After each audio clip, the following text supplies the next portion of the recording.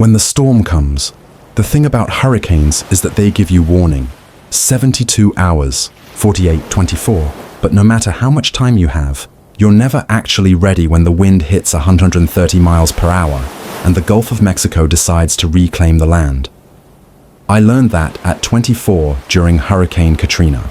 I was an intern at the aquarium, responsible for evacuating tropical fish while the city drowned.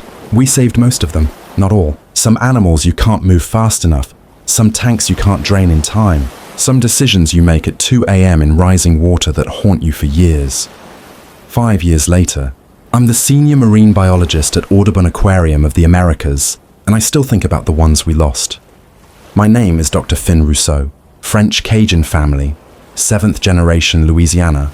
Grew up on the bayou, learning to read tides and storms, the way some kids learn to read books. I study marine mammals, dolphins, sea lions, the intelligent creatures that remind you the ocean isn't just water and fish. It's an entire universe we barely understand. Most days, I love this job. Some days I prepare for hurricanes and remember why this city lives on borrowed time. This particular morning, August, 5:30 a.m., 86 degrees and the air already thick enough to taste, I was standing in our dolphin habitat watching Delphine do her morning patrol. She was our oldest resident, 32 years, rescued from a fishing net injury that left her unable to survive in open water. Smart, stubborn, absolutely convinced she ran this facility. My radio crackled. "Finn, we've got a problem." That was Marcus, our operations director. Problems from Marcus meant serious problems. What kind of problem? Hurricane Camille just intensified to Category 4. New track puts landfall at the Mississippi River Delta in 36 hours. We're under mandatory evacuation. My stomach dropped. 36 hours. We had protocols for 48, 72. 36 was tight. Really tight. I'm calling the team. We start evacuation procedures now. Hurricane protocols at an aquarium are brutal. You can't just leave. You have backup generators, emergency life support, animals that can't evacuate, dolphins, sea lions, penguins, thousands of fish. Some you can transport to inland facilities. Some you have to secure in place and pray the building holds. We'd been running drills for years. We knew the choreography. We just didn't know if 36 hours was enough. By noon, we were in full crisis mode. Transport trucks for the penguins and sea lions, portable tanks for critical fish species, emergency generators tested and retested. The dolphins were the complication. Too large to move easily, too intelligent to handle poorly, too valuable to leave unprotected. I was checking Delphine's tank parameters when someone knocked on the habitat observation window. Not someone from our team. Someone in an orange offshore safety jumpsuit, carrying a heavy-duty medical bag, looking completely out of place in an aquarium. I opened the access door. "Can I help you?" "Dr. Rousseau, I'm Mateo Vega, offshore medical tech with Gulf Coast Petroleum. We've got an emergency situation and we need marine biology expertise immediately." "I'm in the middle of a hurricane evacuation." "I know. This is related." He was already moving, expecting me to follow. "We've got an injured dolphin tangled in offshore rigging near one of our platforms. Storm surge is coming in, and the platform's evacuating in 4 hours. If we don't get that dolphin free before evacuation, it dies. But we need someone who knows dolphin anatomy and behavior to coordinate the rescue without causing additional injury." I stopped walking. "You want me to leave my facility during a hurricane evacuation to rescue a wild dolphin?" "Yes." He met my eyes, dark brown, intense. The look of someone who'd made a decision and wasn't changing it.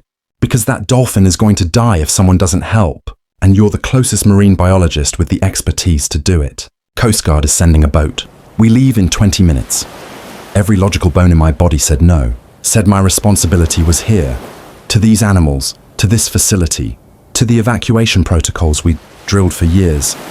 But there was a dolphin tangled, offshore that was going to drown when the storm surge hit. "Give me 15 minutes to brief my team." Something shifted in Mateo's expression. Relief. Respect, maybe both. "Thank you." The Coast Guard boat was fast, loud, and absolutely not designed for comfort. We hit the offshore platform in 40 minutes. The Gulf already showing white caps and the sky that specific greenish-grey that means weather's coming fast.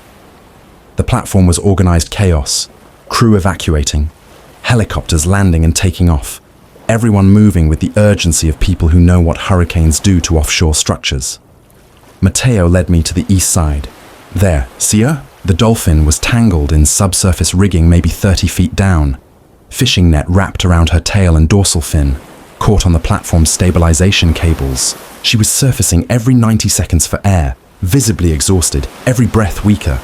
How long has she been like this? I asked. We spotted her 2 hours ago. She's been fighting the whole time.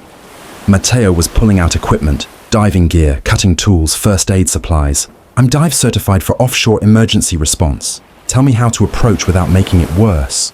I assessed the situation. Dolphins panic when restrained. She's already exhausted and stressed. If you approach wrong, she'll fight harder, burn through her remaining oxygen, potentially drown both of you.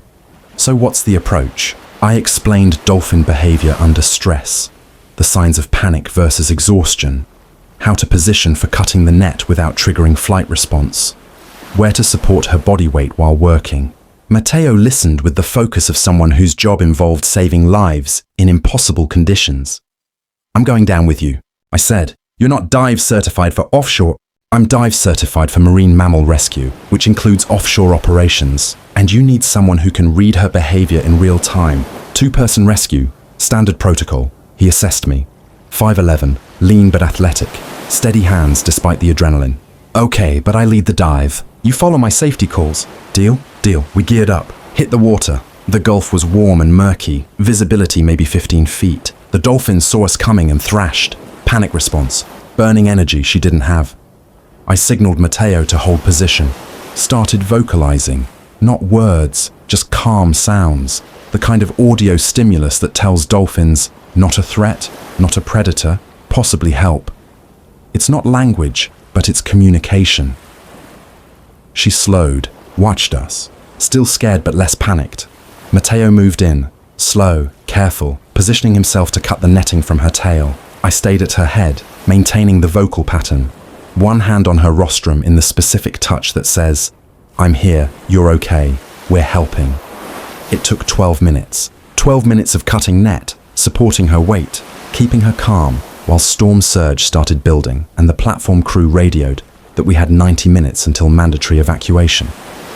When the last piece of net fell away, she didn't bolt. She hung there for 5 seconds, looking at us, or maybe looking at me, hard to tell with dolphins, then slowly swam deeper and disappeared into the murky water. We surfaced, climbed back onto the platform, stood there dripping and breathing hard. That was incredible, Mateo said. The way you communicated with her, I've never seen anything like that. Marine mammals are intelligent. You treat them like intelligent creatures, they respond. I stripped off my dive gear. You did good work down there. Clean cuts, minimal stress to the animal. You've done rescue diving before. Offshore emergency response includes marine rescue protocols. But I've never worked with a marine biologist before. He smiled. First real smile I'd seen, warm and genuine. You're really good at this. So are you. A helicopter landed nearby. Final evacuation for platform personnel. Mateo checked his watch. We need to move. Storm's accelerating. We made it back to New Orleans with 2 hours before the outer bands hit. The aquarium evacuation was 90% complete. Most animals secured, emergency protocols active. Skeleton crew staying to ride out the storm. I was checking final generator connections when Mateo appeared in the dolphin habitat. Shouldn't you be evacuating? I asked. Offshore platforms are evacuated. I'm based in New Orleans when I'm not on the rig. He looked around the habitat. I wanted to check if you needed extra hands. I've got emergency medical training. I'm good in crisis situations, and I don't have anywhere else to be for the next 12 hours. The offer surprised me. You want to ride out a hurricane in an aquarium? I want to help. If you'll let me, I should have sent him away. Should have followed protocol, kept only essential personnel, played it safe. But there was something about the way he'd worked that rescue. Calm under pressure, trusting my expertise, moving with the kind of competence that comes from years of emergency response. Okay, I said, you're on dolphin monitoring. If anything goes wrong with their systems during the storm, I need to know immediately. You got it. Hurricane Camille hit at 8 p.m. with the full fury of a Category 4 system, wind that sounded like freight trains, rain that came in horizontal sheets, storm surge pushing the Mississippi backward and flooding the quarter. We lost main power at 10 p.m. Generators kicked in. We lost one generator at midnight. Backup protocols engaged, redirecting power to critical life support. The building shook, creaked, groaned like a living thing. Mateo stayed calm through all of it, monitored systems, helped me run emergency protocols, kept me focused when I started catastrophizing about animal losses. Around 2 a.m., when the eye passed over and gave us 20 minutes of eerie silence, we sat on the floor of the dolphin observation area with emergency lights casting everything in amber. "You do this often?" Mateo asked. "Ride out hurricanes with marine mammals?" "Third time. It never gets easier." I ran a hand through my hair. "I keep thinking about Katrina, the animals we lost, wondering if I'm making the same mistakes." "You're not. Your protocols are solid. Your team is good.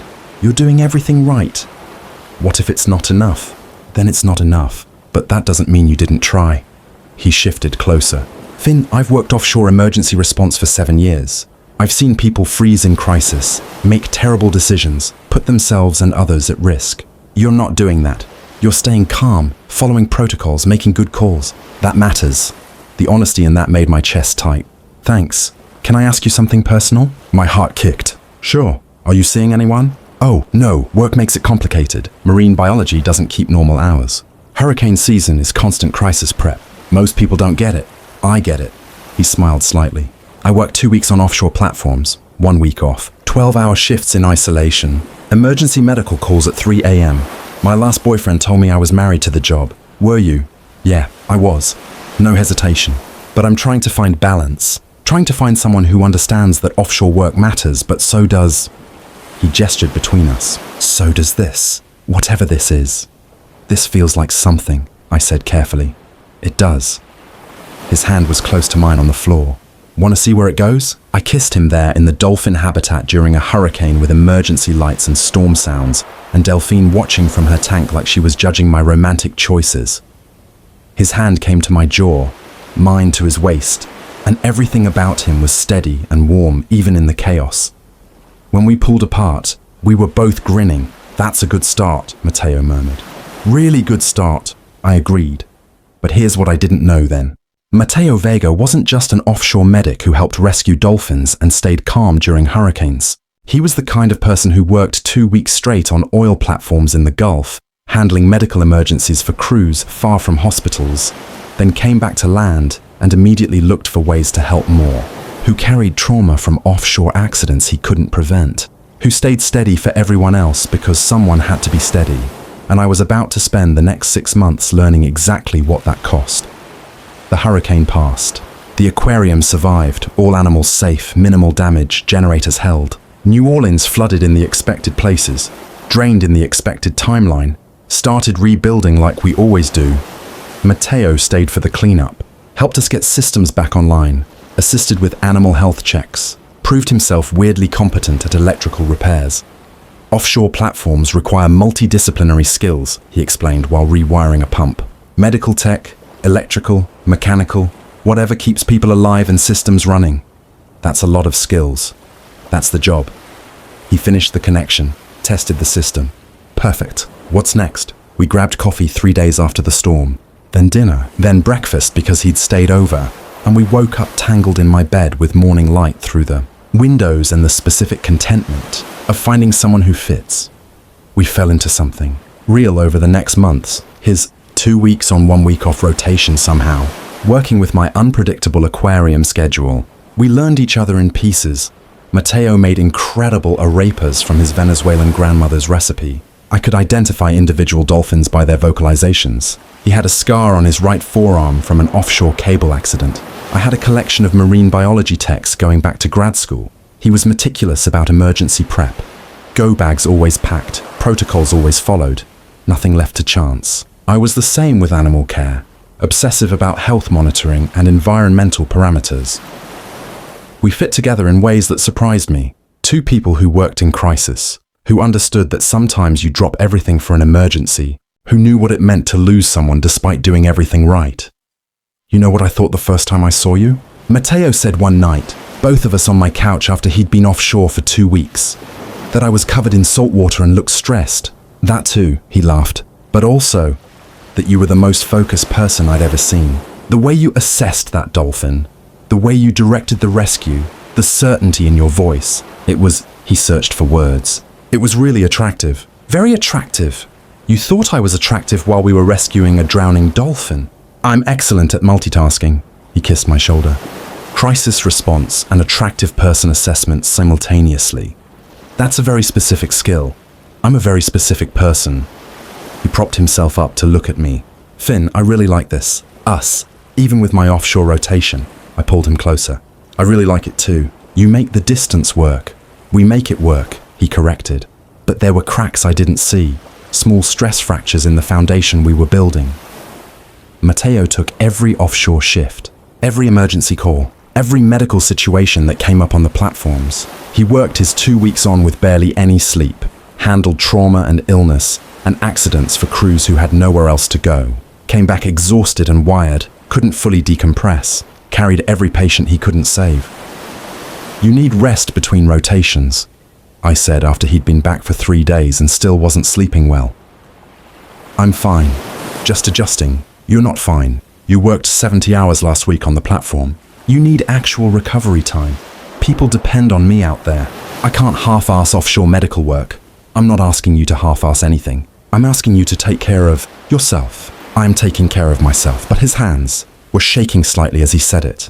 I recognized the pattern because I'd lived it myself, overworked.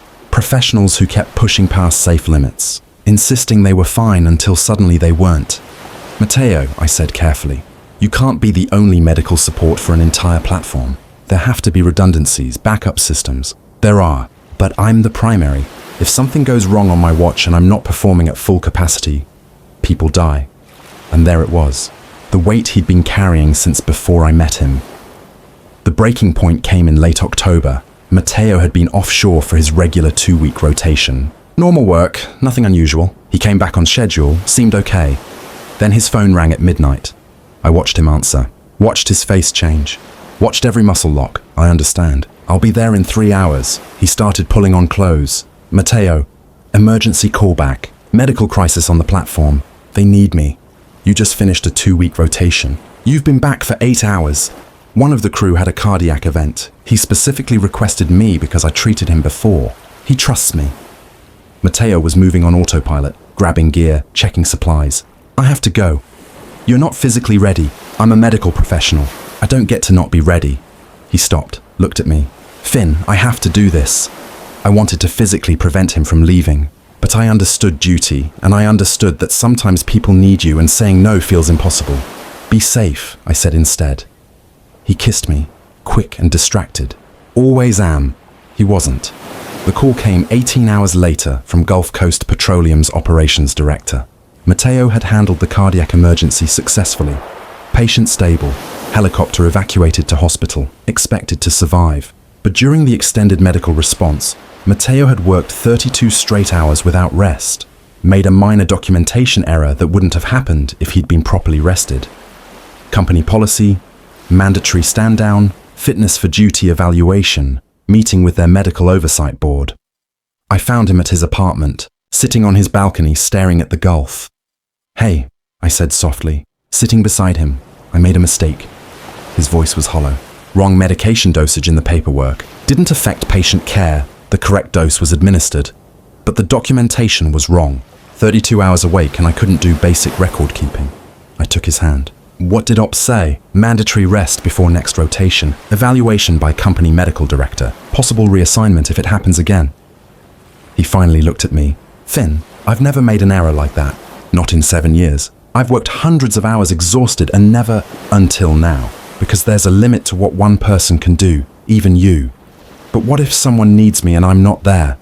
Then someone else helps them. Gulf Coast has other medical personnel. You have colleagues and backup and redundancy systems. I shifted to face him. Mateo, I love you. I've loved you since you showed up at my aquarium with a rescue plan and absolute certainty. But watching you destroy yourself trying to be available for every single emergency is killing me. His eyes filled. I don't know how to not be that person. Then let me help you learn. I pulled him closer.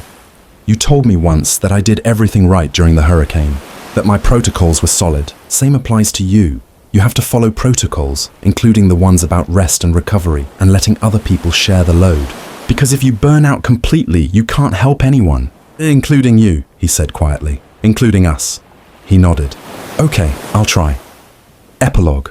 8 months later, recovery isn't linear. Neither is learning boundaries or finding sustainable work rhythms or building a relationship with someone who's still learning.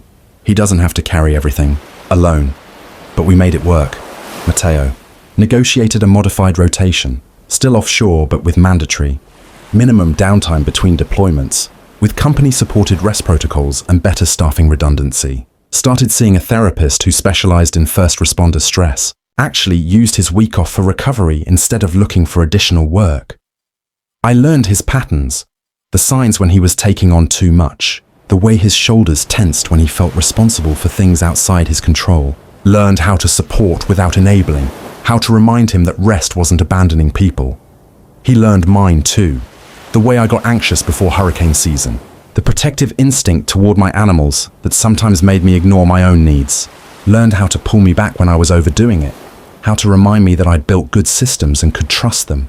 We built something steady, something that flexed with his offshore schedule and my seasonal crises instead of breaking. One morning in June, summer heat already brutal, Gulf flat and blue, I woke to find Mateo on my balcony watching dolphins in the distance. You okay? I asked, wrapping arms around him from behind. Yeah. He leaned back into me. Just thinking, about that dolphin. The one we rescued before the hurricane. I was out on the platform last week and saw a dolphin with a distinctive scar pattern on her dorsal fin. Looked exactly like the net damage we cut away. He turned to look at me. I think it was her. I think she survived. My chest felt too full. That's amazing. Made me think about what you said. About treating marine mammals like intelligent creatures. About respect and communication and partnership. He smiled. Made me think about us, actually. About how this works because we treat each other like partners, because we respect each other's expertise, because we communicate. I pulled him closer. We're good at partnership. We are. He kissed me there on the balcony with morning light and Gulf breeze and 8 months of learning each other behind us. Finn, I love you. I love that you understand offshore work, that you don't ask me to choose between the job and us, that you helped me learn how to do both. I love you too. Since you showed up in your orange jumpsuit with a rescue plan and absolute faith I could help. I held him tighter. You're allowed to love the work and love us. They're not mutually exclusive. Neither are you, he murmured. 8 months after meeting during a hurricane evacuation and dolphin rescue, standing with an offshore medic who saved lives and learning how to save his in return, I realized something. Some people spend their whole lives looking for someone who understands. Someone who gets that the work matters, but so does coming home. Someone who knows what it means to carry weight, and when it's time to share the load. I found that person in an orange jumpsuit carrying a medical bag and absolute certainty that we could save a dolphin together. That's not a bad story, that's not bad at all.